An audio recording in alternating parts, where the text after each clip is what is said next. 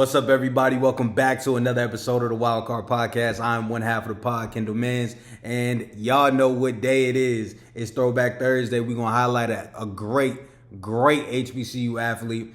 But before we get into that, I want to say thank you so much for all the love and the support that y'all been giving us the past couple of weeks, and especially on our last Throwback Thursday episode. I really appreciate it, and I can't wait to give y'all more. But before I get into it, I want to also say, make sure that y'all like, comment, and subscribe, and follow us on all of our socials at WildCard2K. And without further ado, let's get into the video. We are going to be talking about one of the greatest players of all time, not just HBCU, not just college, not just NFL, but one of the greatest players of all time, Walter Payton, Jackson State's very own.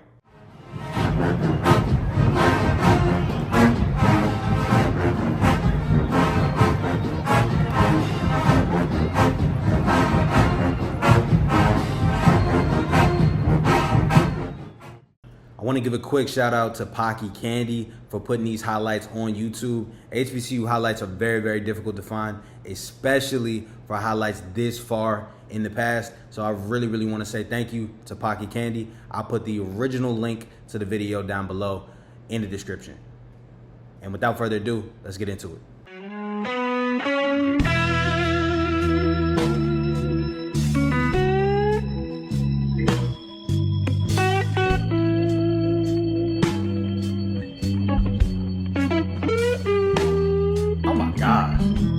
Oh my gosh! Yo, what was that? Three straight stiff arms? Dude moves so quick. Oh my goodness. Bro, this is so cool. Oh, he threw the ball too?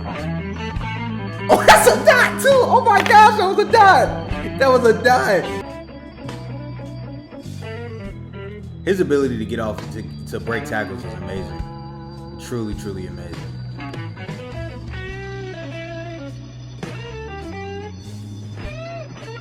And when he gets the ball, man, he is so difficult to stop.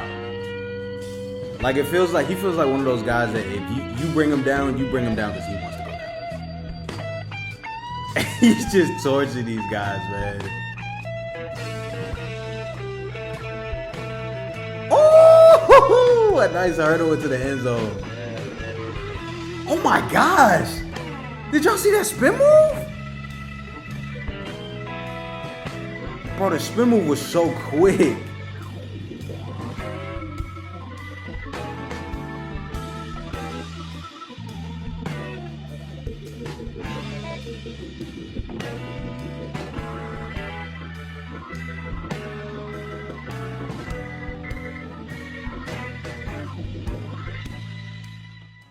Like I said, man, thank you so much to Pocky Candy. He made my job so much easier. Obviously, I was born in 2001.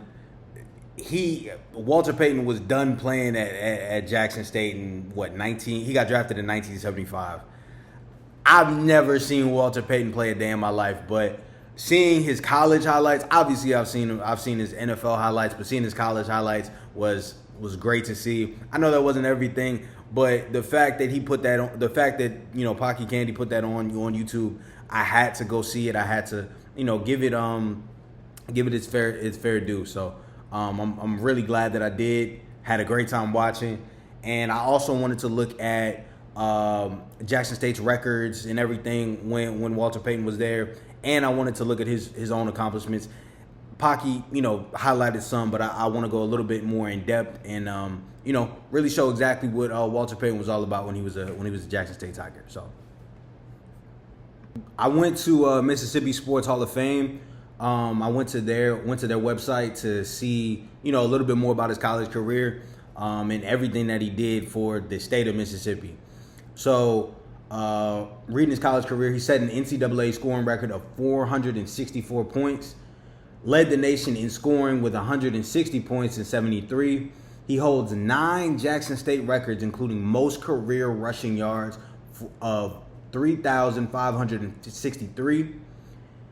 On October 20th, 1973, when he was still in college, by the way, It was declared as Walter Payton and Tiger Day throughout Mississippi by Governor William Waller.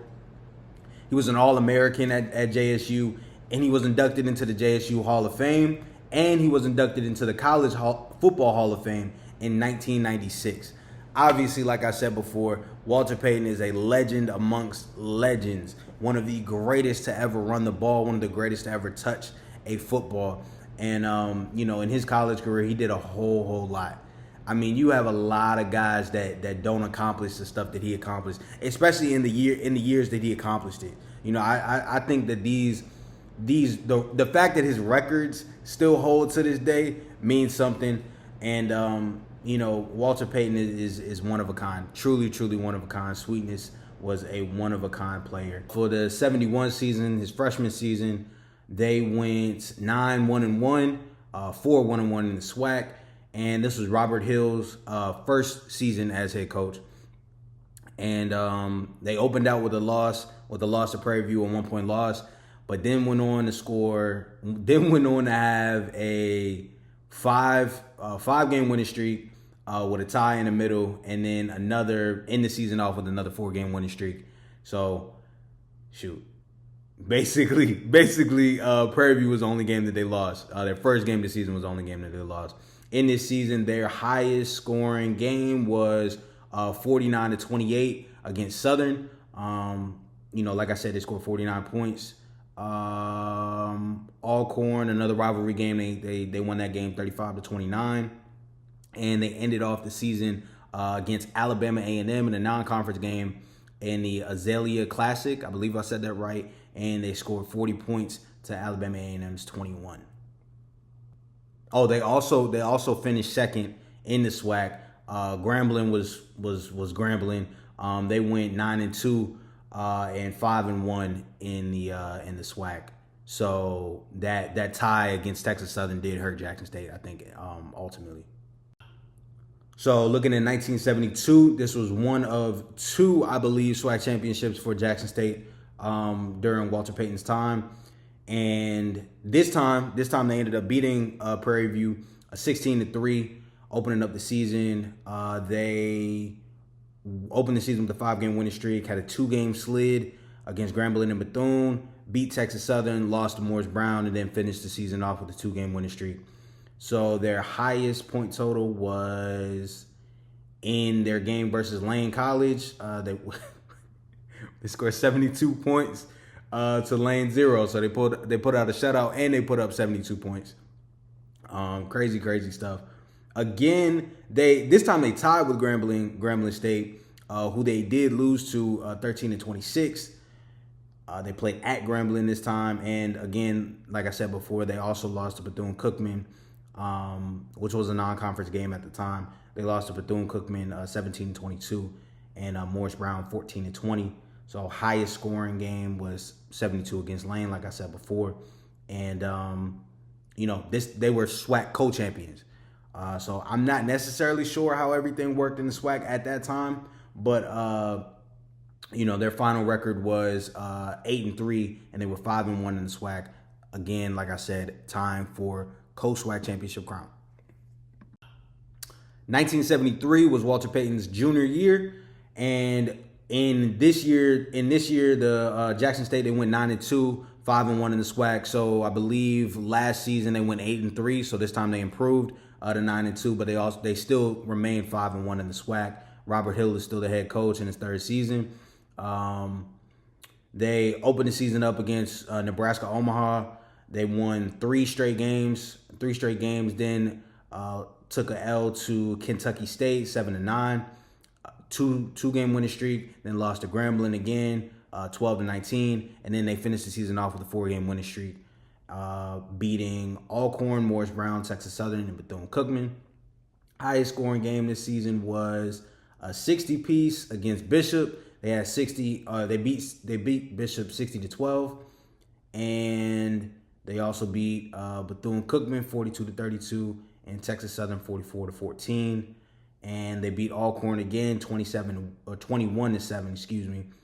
And again, another really, really good season. I mean, all of these seasons have been pretty good. Like I said, they improved 9-2, and they remained 5-1 in the SWAC. But I mean, that's one game that you're losing in the SWAC, and it was against Grambling, who was also a co-champion. So they finished second, right behind Grambling, and like I said, they finished 9-2 and 5-1 in conference play. So, and for Walter Payton's final season in the blue and white, 1974.